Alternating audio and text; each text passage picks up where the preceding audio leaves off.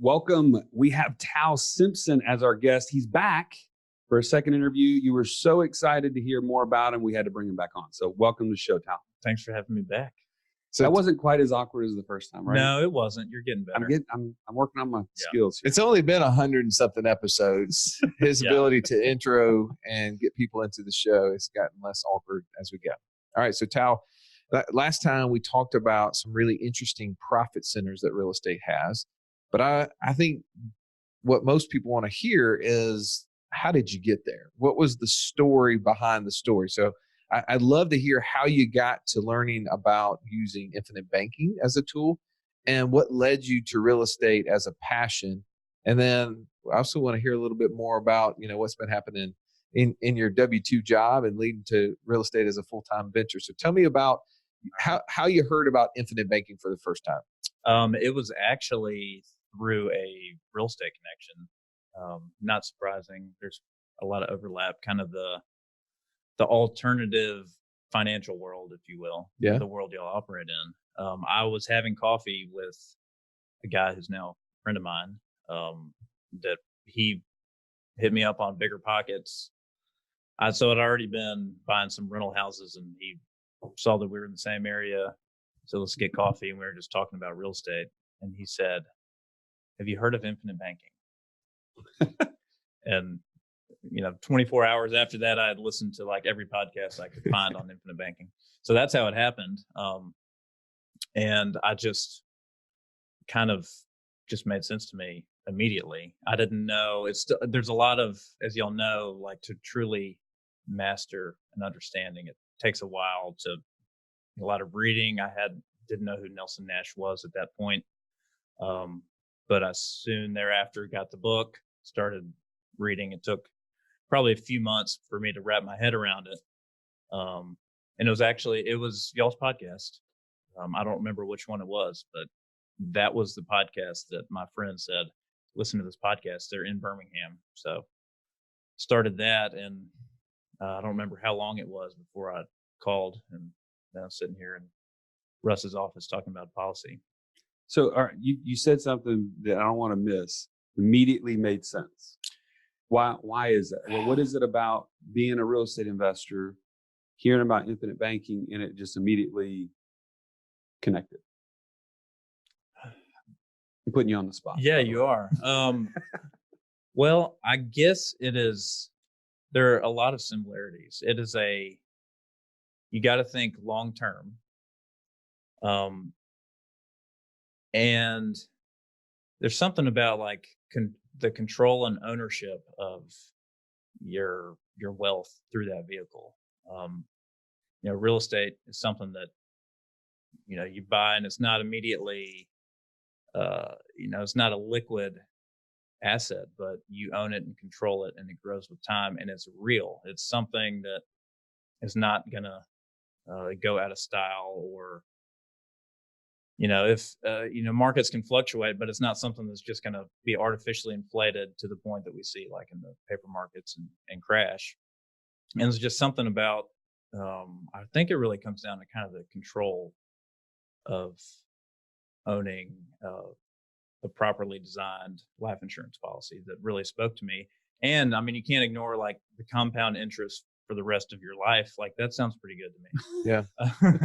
Well, I'll take a little side of that. I would say sometimes what I hear, one of the first objections or complaints is, but it takes me a while, right? So if I put $1 in this insurance policy before I borrow it out, I don't have my full dollar, and I want to get invested in real estate, because the reason you were looking into real estate, correct me if I'm wrong, is so that you could get out of the rat race, so you could leave your W-2 job.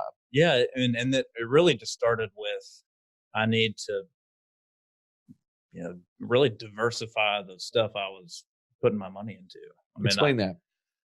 Up until I'm now totally out of the stock market, but up until the point, so this is 2 years ago, by the way. Yeah. 2 years ago, I had 0 rental properties.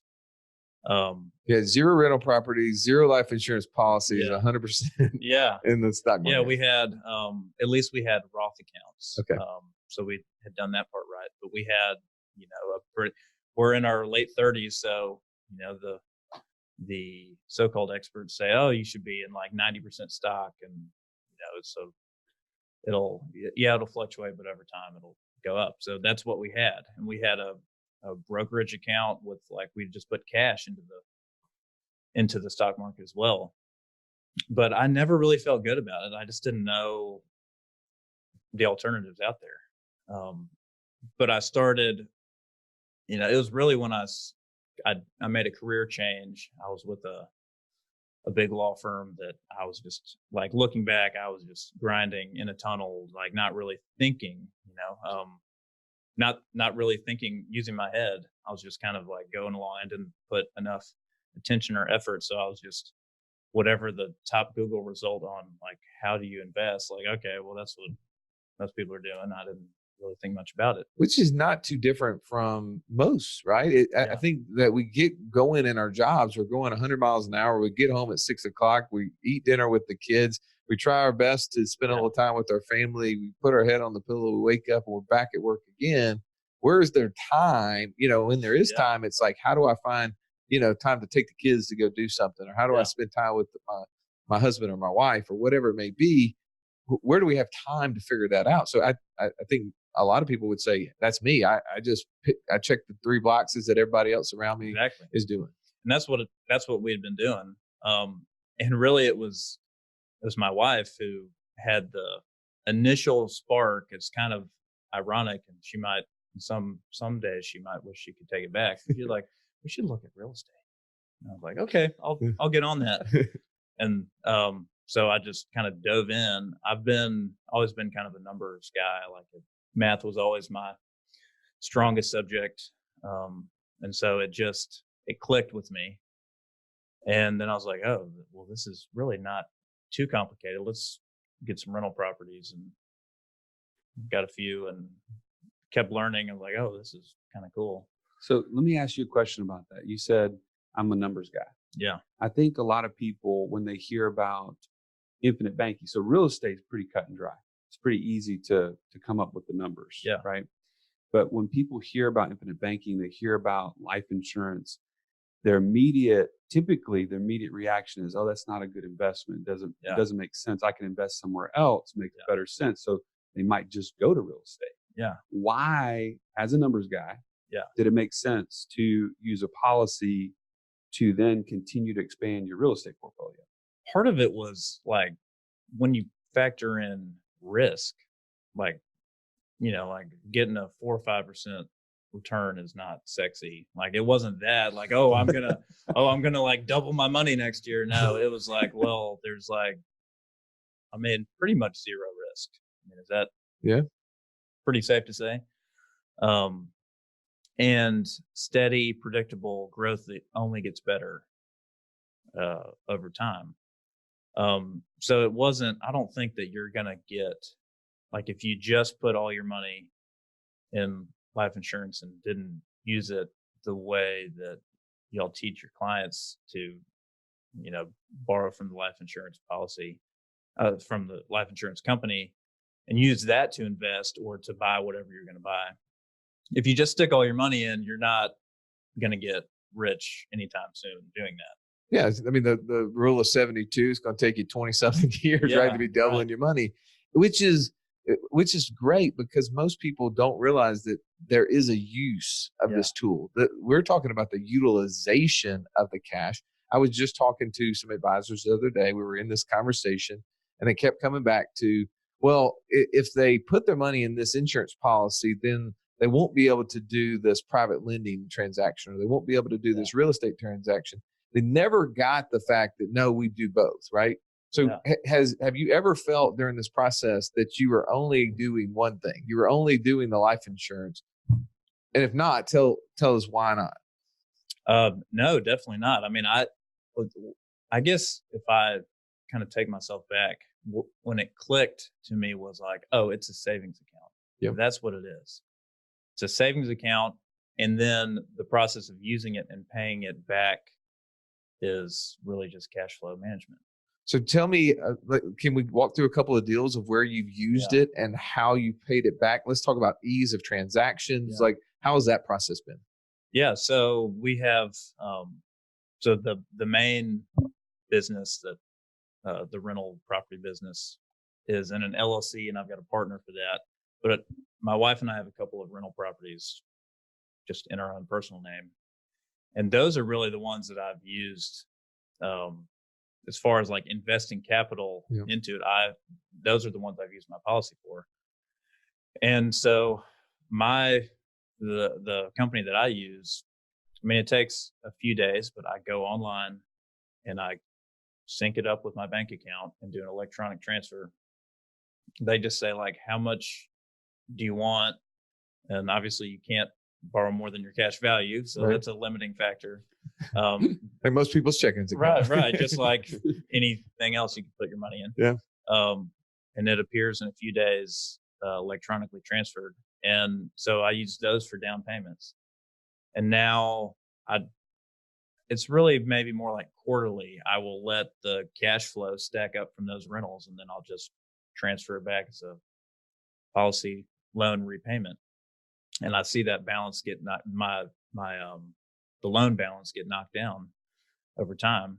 Meanwhile, like every now and then I check back in, and like my cash value is like grown by like, $812.42 more than I had a couple months ago or whatever it was. Right. So I see the cash value growing, and I've knocking down the loan balance. And I use the cash flow from the assets that I borrowed money to put into, if that makes sense. Well, and a lot of times we've heard real estate investors kind of compare the cash values and the loan mechanism as kind of an equity line. Mm-hmm. It's just a line of credit. It is a line of credit that allows you to go buy the real estate, and as the cash flow is coming back in until you need to redeploy it, all you're doing is you're repaying the quote unquote loan at the insurance company. But really all you're doing is just paying down on your line of credit, increasing your access to it, right? And then as you make more premium payments, you're increasing the limit on the credit line. All of these things. Would you say that's a fair comparison? Yeah, and actually that reminds me, I did. I have a couple times. So in the LLC, the business, our strategy for the most part, we bought some quote unquote turnkeys, but we've done kind of the burst strategy where we'll find a kind of a beat up property that's way undervalued, buy it for cash, fix it up for cash, and then we'll go get a bank loan on it. And I've used my credit line, like I've let the business borrow from me and like pay me, 9 or 10%, kind of a hard money interest rate loan. So I'm actually using my insurance policy to cash flow from the business that I'm using to buy rental properties. And then when we cash out with the bank, I'll pay myself back. That's awesome. All right, so let's talk about real estate. Just so if you haven't listened to the previous episode that Tal did on the 5 profit centers of real estate, how many rental properties do you own? As you said, you got into real estate 2 years ago with 0. How many do you own, both personally and in your partnership? Let's see. It's changing on a daily basis. It's about 70. Might be like 68 or 69. And a few under contract. So like a month from now, it probably would be like 82 or something. Wow. And are these mostly just single family? Mostly single family. We have a 4-unit apartment complex, and we're buying a 12-unit right now as well. So you're playing Monopoly now. You're trading out 4 houses for the red hotel. Yeah. Eventually maybe there'll be a hotel. Okay. Yeah. Okay. You're multiplying this thing, but I mean, that's a pretty fast pace. I mean, 2 years, you've gone to 60 something houses, potentially about to go to 80 something houses. That's playing at a pretty fast pace. Talk about, let's go back to your corporate attorney. You're doing well. Your wife is a business owner. She tells you to look into real estate, and you're like, okay, I like numbers. This sounds fun to me. But as you started looking into that, why go to 60 something properties? What was the major driving motivation there? Well, a lot of these are pretty cheap houses. Let's put that out on the table. We're not buying Joey's houses over here. No, certainly not. Okay. Certainly not.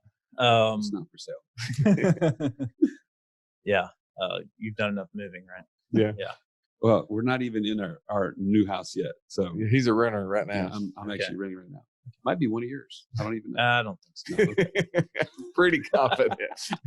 Pretty confident your family's not in any one of those houses. For one, you got too many kids. Yeah. So I don't it's not meet gonna the work. application process. What was the question? What was the motivation to buy as many houses as you have? So we're here in Birmingham. It's a great cash flow market. So that was the play from the beginning. Let's invest for cash flow. And the lower end properties cash flow even better. There are a whole host of other issues that you have to balance.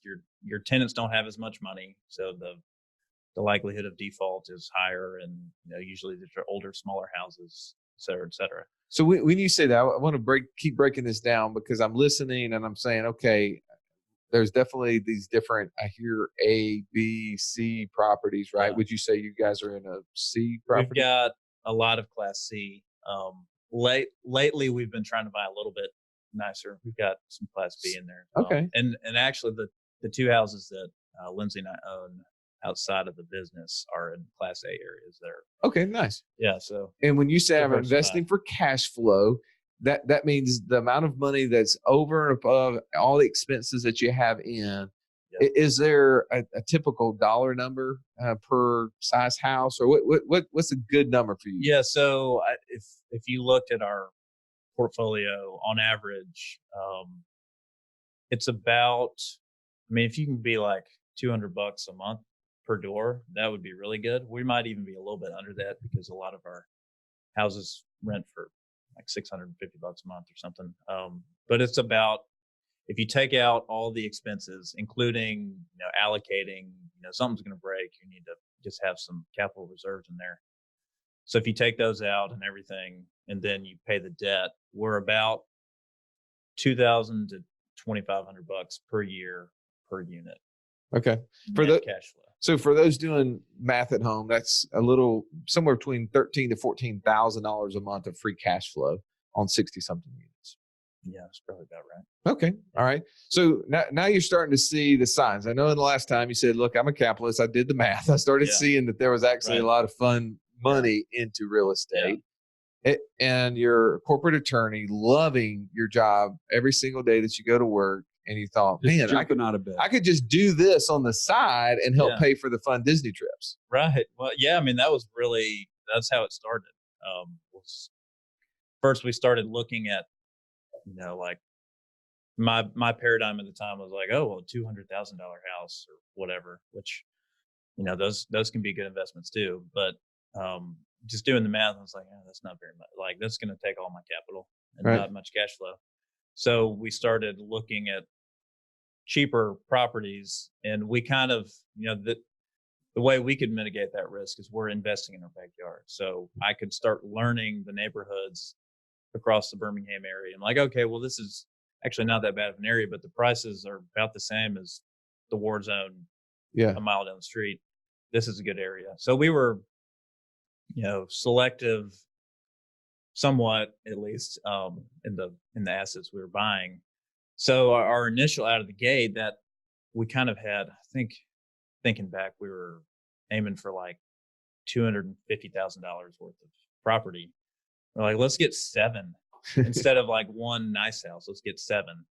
And we found it took a while to find a bank that would give us a loan for. He was buying all the Baltic properties on the game board. Yeah. For those who are more Baltic Monopoly and players. Mediterranean. Is that the dark purple? Those are the very first ones. Yeah, that's the first ones. I mean, it's the utility property, right? Yeah. But it makes sense. I mean, you land on those, you pay rent, and there's cash flow. Yeah. Okay. And that worked. We found a bank, again, like a local bank. They gave us a commercial loan on it and said we'll do a couple more. So we're like, sweet, let's go find some more. So then we found an older gentleman who had a bunch of rental properties. He was getting up in age and he just wanted out. So we just bought. He had 8 of them. So we bought all 8 of them at one time and did a loan on those. And then after that, we started kind of, this whole time I'm reading and podcasting and actually trying to learn to know what I'm doing as I'm doing it. And so then we're like, all right, well, then I kind of learned the BRRRR strategy. Let's go find some foreclosures that are junky, but are in a decent area and fix them up. And so we've just kind of, I don't know, it hasn't necessarily been one like unified strategy. It's like find the value and take advantage of it. take advantage of it. We've talked about this concept on the podcast several times, the reticular activating system. That's that little part in your brain that brings up or doesn't filter out the information that you really are saying is important to you. Yeah. So have you seen that play out in your life where as you started focusing on real estate and started looking for deals, how many more deals did you start seeing and opportunities started coming? Yeah. I mean, there's way more than I could possibly hope to buy. I mean, it's kind of once you learn what works, and, we had some good factors working for us. Like you said, had a corporate career for a while. We had some savings. I had access to capital. Had a great credit profile according to the bank. So like, yeah, if you guarantee the loan, we'll loan you however much you want. And I had a partner in a similar situation. So we did have some advantages, but so we were able to take advantage of the opportunities. But it was like once I kind of learned the formula, like, all right, this is what a good deal looks like, and just all the various considerations that go into buying something, I started looking around just Birmingham. I'm like, oh, well, they're everywhere.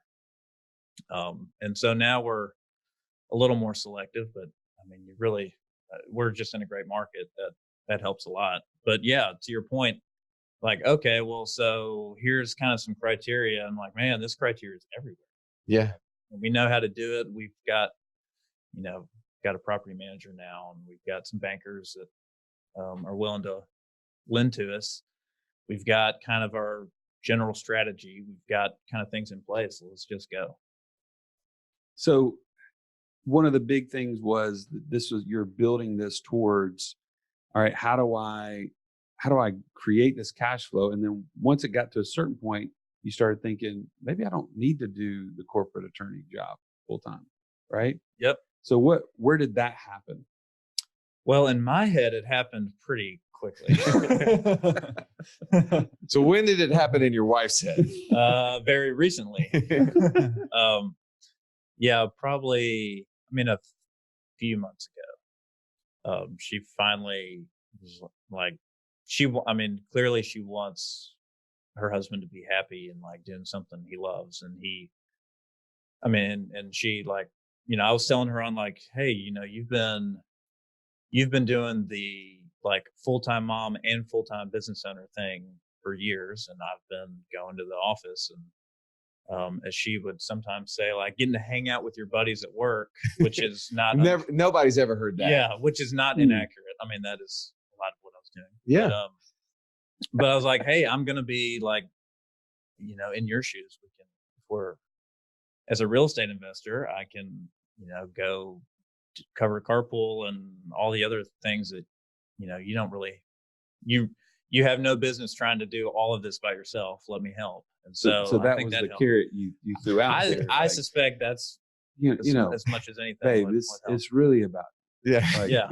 My freedom from this soul crushing job is really about you. Like, that's what it took. Yeah. But there was some internally, she had some question marks. Like, you have a very stable job. I'm sure has benefits that gives us paychecks, because when you're a business owner, your pay's never really super consistent.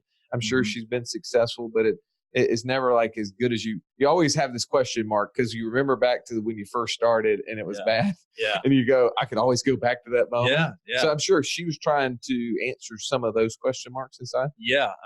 And she says that, especially her industry, she does corporate event planning, and is, it's a very it's actually a very big industry, but it's pretty specialized. She'll help a corporation understand that they need an incentive program, help them build it, like strategize about how to market that to your employees to get sales up and like she'll do the whole thing. And she was kind of forced into starting her own business in 2008 because I don't know if y'all heard, but the economy was pretty bad back then. Yeah. And corporations were like, all right, no more incentive trips. That doesn't look good. I'll go look that up. I'm gonna Google that after this. So she, in her head, she's like, well, like it could disappear tomorrow. Now she's so good at what she does that I don't, she can mitigate some of that risk on her own just by being extremely valuable to her clients. But that's always in the back of her head. And I had the steady corporate job. Insurance has always been through my employer and that sort of thing. So that was more than like I think she's got plenty of faith in me and thinks that, it'll work, but she's just, had to get over some pretty big, mental hurdles, which she's right. Like we're a good balance because I took a Colby recently, 9 quick start. Ah, nice. 9 quick start. Yeah. Join the club here. Nice. That was a high five if you're just listening. Yeah. Yeah. I didn't get slapped or anything. That was a high five. She's coming along. She's starting to see, hey, look, this real estate thing that you're doing that I encouraged you, by the way, to do is starting to be successful. Yeah. Sure, you can pick up the kids. That is something I want you to do. You've got, 8-10 years worth of catch up. Yeah. Right? Yeah. and so I'll sit back. So these things are happening. I think we've already sort of alluded to it. You've put in a notice. Yes. Finally, it's been about a month. I'm still hanging around because I just want to make sure that I don't totally abandon my boss and my colleagues. But yeah, I'm in the process of transitioning full time to real estate. And all right. So how does that feel? Amazing. when it feels There's amazing. a big smile on his face. Yeah. You told us pre-show there was something that kind of made all this happen.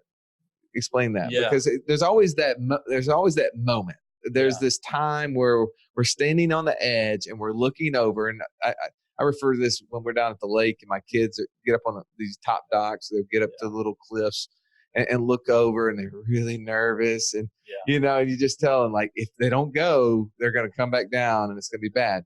There was a moment your feet are on the edge and you're starting to look. Yeah. So,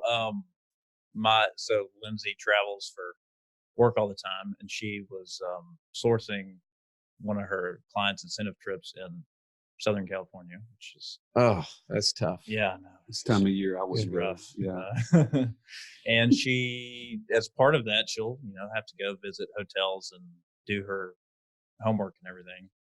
And normally she has a business partner who she actually sits in Atlanta, but normally they do those trips together. And because they were so busy with another event that they were planning, nobody could go with her. So she's going to have to go by herself, which neither she nor I like to happen. So she kind of last minute said, would you want to go with me? It's like Santa Barbara, California. Yeah. Let me check my schedule. Yeah. And it was right at she and I had already agreed within the household that I was leaving my job soon, but I hadn't really taken the leap yet. And that was just kind of a moment like, okay, this is something I can do. I mean, it's awesome to go to California on a essentially free business trip anytime. But I was like, this is an example of what's possible by kind of controlling my own destiny. Is I can take advantage of. And she's been going on these trips for years that I haven't been able to go to because it's like, well, how many vacation days do you have left? And before that, I was at a law firm that didn't give vacation days. I was just like, all right, if you're going to be behind on your billable hours and you think you can, that's the way it was described. It's like, if you think you can take time off, then you go ahead and take time off. The old guilt. Yeah. Laying that one. So you're sitting on the edge of the cliff and you're like, jump. I jumped. Yes. How did it feel? Felt amazing. Well, actually, hold on. I have a deeper question. Okay. You're on the trip. Does it feel weird? A little bit. Like a good weird. But yeah, it did. I was like, it's a Monday morning. And I'm just like, this is not how my last week was. Yeah. Or really any week that I've had recently. And this trip, though, it brought all this to a head. Yeah, because it was kind of a last minute deal, and I got back, and my boss was like, "Where you been?" I'm like, "Well, I guess we're having this conversation now." Fast forward. Yeah, and so that conversation happened, and I have a lot of respect for my boss and the owner of the company that I'm leaving. If I was going to stay a corporate employee, like that's where I would want to work. So all those caveats aside, I'm really excited to be turning the page and moving forward. So how does life look different going forward with that in mind? It's a lot more to juggle, a lot more. So we've been buying rental properties. I'm also teamed up with another investor who I've kind of known for a little bit, but really it's a new venture. We're building a wholesaling business as well. And so we're just kind of running wide open. Think back to the early days of building a business. Like that's what we're in right now. But then also like I'm coaching softball and soccer and like taking to birthday party. Like I'm doing so many more different things. And it was almost kind of a cop out having a 9-to-5 job. Like, I'm sorry, I gotta be in the office. And so now I don't have that crutch anymore. So here, I don't know, and this just came to me, and this may be a bad analogy, but I think about it because Joey and I homeschool. Well, that's not really a fair statement.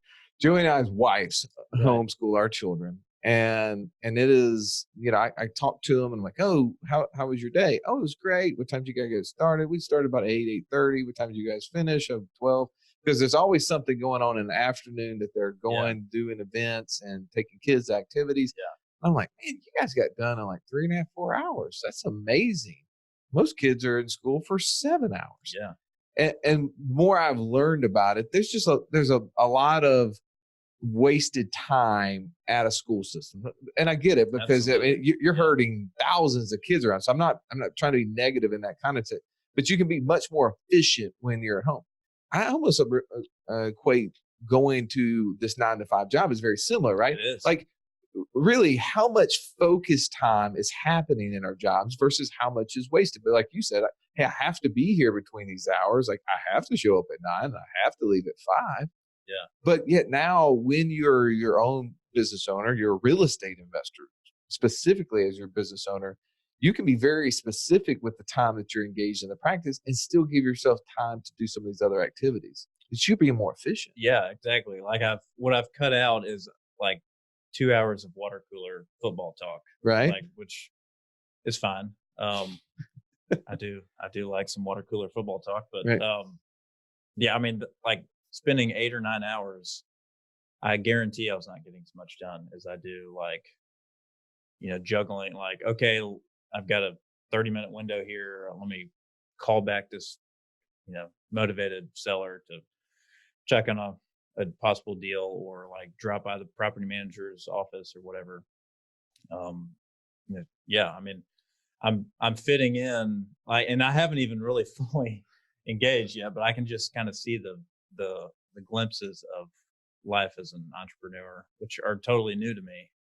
But it's exciting. I mean, I thrive in chaos, apparently, is what they told me. If you're a high quick start, which that's right. like, you love it. You love change. I guess so. This is not something that you're scared of. You're jumping in. Well, man, we've gone through a lot, and I appreciate you listening to this story, because Tal is one of those that has contributed to the show in many capacities. He's been in the community. He's shared his specific numbers that he's done in real estate transactions. I love the fact that you're back here, even though Joey and I messed up the last time we were doing this podcast. But it's these stories that motivate you as a listener to go, man, I can do this too. And also, I think it's just knowing there's sometimes, man, we love our job, and we are, one of our previous guests was a W-2 entrepreneur, and she just partnered with a team member at home that was helping her. Yeah. But it's one of those things where that there is opportunities. And I'm so excited to hear, that some of the next times that we talk, when you are full on, you now have completely finished that other transition. And I really appreciate the fact that you did. It just shows how of a stand-up guy you are, and that you don't want to leave people hanging. And that's what's going to help you be a good business owner. It's going to help you be a good, landlord, or whatever the proper term is in that world, because you care about people. So thank you, Joey. What else do you want to end with as we wrap up our time with Tal? I just hope, just like what you said, I'm just going to reiterate, like, you may not know where to start. And so we want to share stories that are successful of people that did say, you know what, I'm interested in something, and they go down a path, and then you can see in just a few years or less, they've gotten what's on the other side of that, right? What is that freedom that they were seeking? It may not be rental properties. Like Tal went down that road, as you heard, and has done an amazing job. It may be some other form of doing that. But what we want to do is consistently inspire you to take control. That was one thing that I took away from today. Take control. Don't just accept that, man, I've got to stay in this 9 to 5. There's no other option. I think that's the mindset that so many people are in jail to. And how do we get out of it? We have to question that and say, I'm going to take back control. I'm going to pick a path. And it may not, like I said, it may not be rental property, maybe something else. And hopefully we're giving you tons and tons of options to go down that road, and then get there as fast as you can, right? Tal is an extreme example, in my opinion. But if we can do those 3 things, imagine what's on the other side of that. When you say that, I want to finish with this, because this is a great thing. And I hadn't done the math, but I'm going to pull out my iPhone real quickly. We can do that. I said it was like 13,600, right? That's a monthly number times 12. That's $163,000. In a traditional investment world where you were prior, right? Tal, do you have any idea how much money you would need in an account to spit out $163,200 every single year, and have a roughly 90 to 95% chance that you would have it at the end of 30 years? You still have $1 left in that account. You have any idea? It's a big number. I don't know. Stallion, You heard it. You heard it here first. It's a big one. I told you I was a numbers guy. Stallion, you want to guess at that number? I can't do that in my head. Everybody knows that already. Yeah, that's 4.6 million. 4.6 million. We interviewed Wade Fowle on our podcast. He's one of that's done most of the research on the safe withdrawal rate out of an investment account over 20, 30 a year period of time. And he said, now with where interest rates are, it used to be 4% was the withdrawal rate. Now he'd say, I would back it down to 3.5 to give you a 90 to 95% chance that you still have $1 left in that account. So if you started with 4.6 million, you take out 3.5% out every single year. At the end of 30 years, you got a 90 to 95% chance you still have $1 left in that account. How long do you think it's going to take you and your wife to get 4.6 million? Well, it's a river going. No, when you were prior to your real estate days. Yeah, I mean, that you're talking about a lifetime. Lifetime. You would have had to work for the next 30, 40 years, saving a ton of money to get to this point, just so then hopefully you could spend the last 20 or 30 years of your life. But what you have done is created that stream of income in how many years? 2. Almost 2. And now you get to enjoy the time where your kids are young. That's right. To do these things, to coach the softball, to take them to carpool, have those funny stories once you pick them up, because you know what's coming out of that school, what they're talking about. It's just, my God. It's just comical. Are things our kids say. These are those moments. I just love what you just said, Joyce. How do we get there faster? Yeah. And finding a way to financial freedom is when we get to the point where our income is greater than our monthly expenses, and it's not about accumulating a number that's so astronomical. Most of us go, man, it would take me a lifetime and I would never even get there. So I'm going to end with that. Thank you so much again, Tal, for coming and spending time with us. Thanks, guys.